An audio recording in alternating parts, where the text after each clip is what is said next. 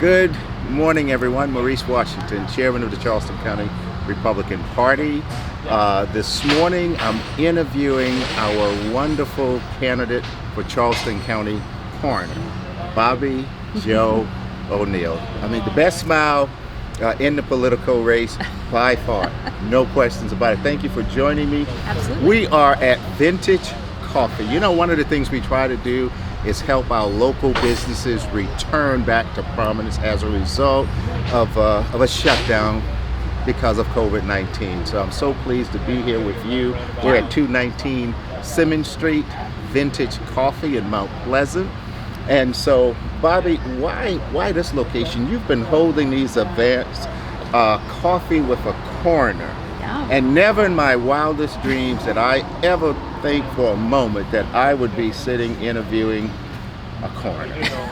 And you are the current chief deputy coroner of Charleston County? I am. So I'm the current chief deputy coroner. I've been in the coroner's office for 20 years.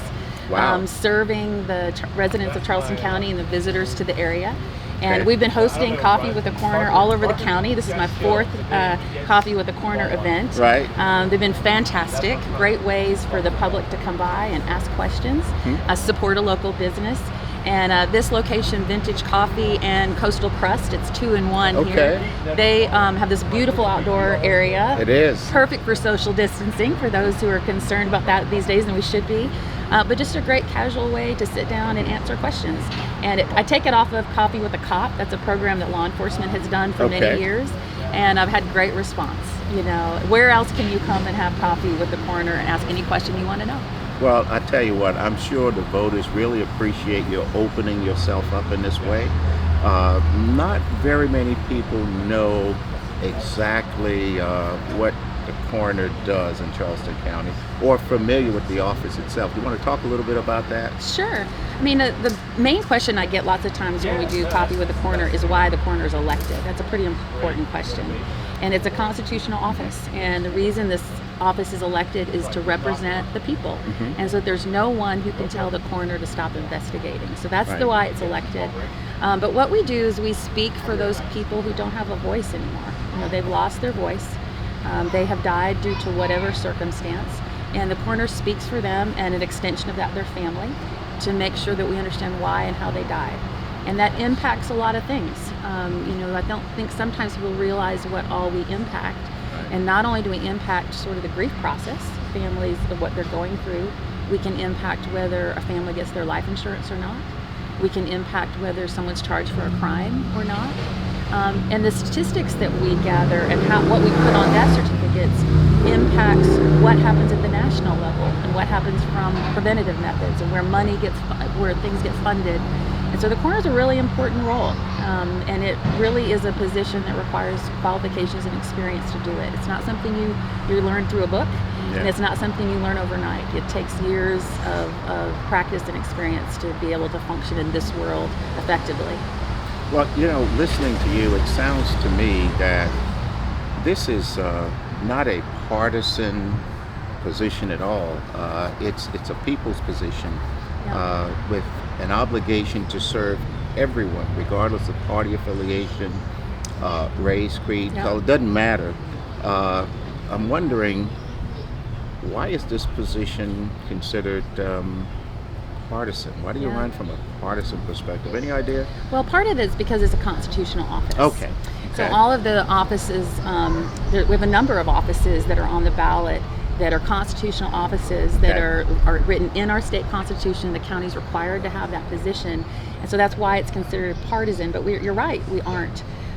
We serve everyone, regardless of where they are in the county, all the way past McClellanville to the north, all the way down to Edisto in the south. We're in every community, and I've been serving in every community for 20 years. You know, I have the unfortunate distinction of having worked really 3 of the biggest international news stories that have hit Charleston in the past 10 years, and that's the fire at the Sofa Superstore, the incident with Mr. Walter Scott, and then also the massacre at Mother Emanuel. And those are all different communities and people and races and creeds and all of those groups, and we treat all of them the same because our role is to be an advocate for that person who died and speak for them. And party is not a role. It doesn't play a role in it. I mean, I've been saying to people, you know, if you need the services of the coroner, if something happens in your family, Right. there's a tragedy, you aren't going to care what the political affiliation is. That's correct. You want to know that they are qualified to do the job, to speak for that person. Forensic science has really changed in the past 20 years, and having an expertise in that is really important for this particular role. Forensic science. That tells me that there's some expertise that's required to do this job and to do it right. Yeah. Speak about your readiness and qualifications for the top spot.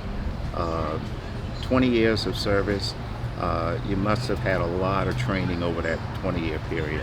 Lots of training. Okay. You know, I started off as a nurse. I was an emergency room nurse, and I also did some hospice nursing, and that's where I really started to learn about taking care of victims of crime, whether they were an assault victim or in a car accident, and being able to document those injuries and recognize what caused them, not only from a medical perspective to treat it, but then from a forensic perspective to make sure we gather the right evidence so that there can be prosecution should that be the situation.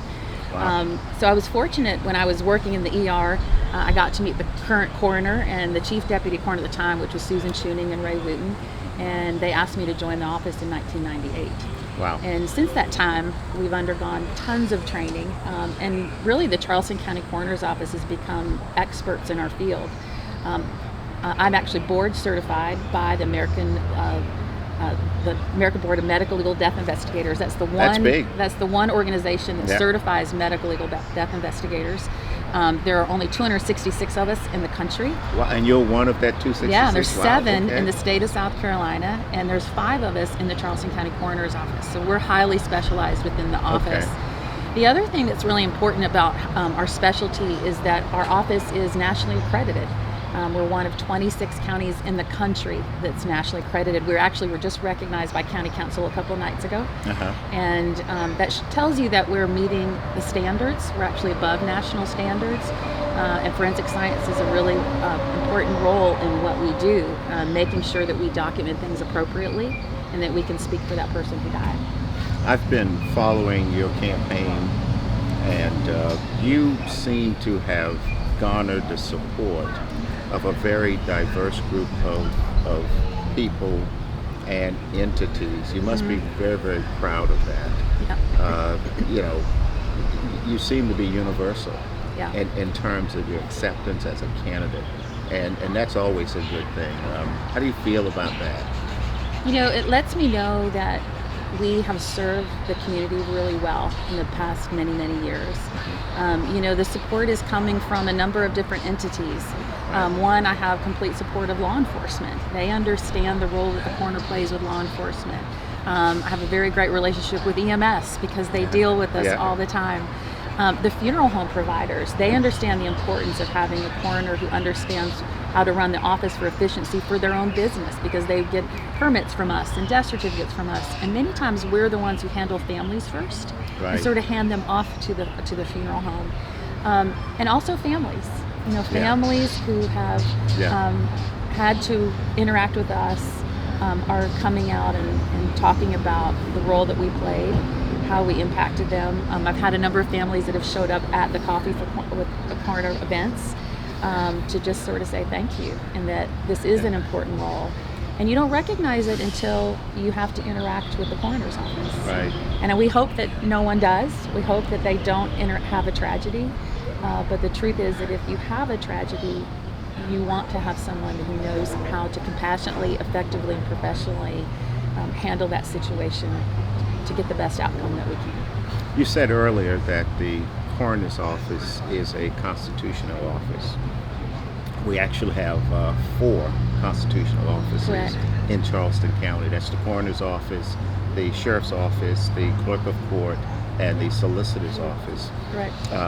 Upon reflection, we have in Charleston County probably the most qualified constitutional officers currently than anywhere else in the state of South Carolina. So it's so important that people, if you pull a master lever, that you not forget to also pick up those other downline ballots as well.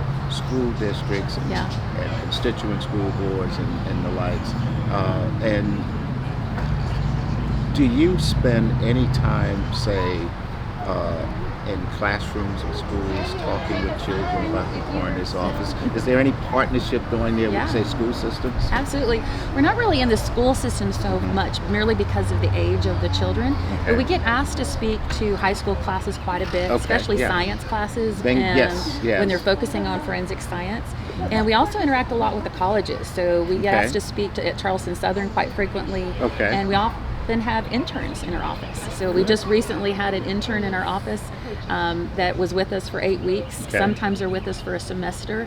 And they come sort of having a different interest in whether it's forensic science or it's government affairs, nursing students. And we love providing that opportunity to open their eyes to a new specialty they might be interested in. So we do participate wherever there's really an interest. So if folks want to learn more about Bobbi Jo O'Neal, where should they go? So they can go to my website. It's BobbiJoO'Neal.com, or follow me on Facebook, Bobbi Jo O'Neal for Coroner. I'm posting lots of information there, videos with other interviews. It's a great way to get to know me a little bit more and just to make sure you understand what the coroner does. And we'd love for them to come check us out, come see us at a Coffee with the Coroner event and ask questions. And it's been great getting out and meeting everybody. And can they contribute, donate to your campaign at one of those sites? Absolutely. And would you give that site again? Sure. It's BobbiJoO'Neal.com, and there is a link on there should you choose to donate. That would be greatly appreciated. Again, the coroner's office is one of those that, we don't vote on anything. We don't change laws, but we are a public service agency. We're public servants. And that's what we do, is serve. And so any support would be greatly appreciated. Well, Bobbi Jo, let me say the Republican Party, the county, the citizenry of Charleston County is fortunate to have such a qualified individual seeking to represent them as our next coroner of Charleston County. So good luck. Thank you. We'll be watching. I appreciate it. Thank you. Keep smiling, okay? Great. Thank you so much. It's nice to be here.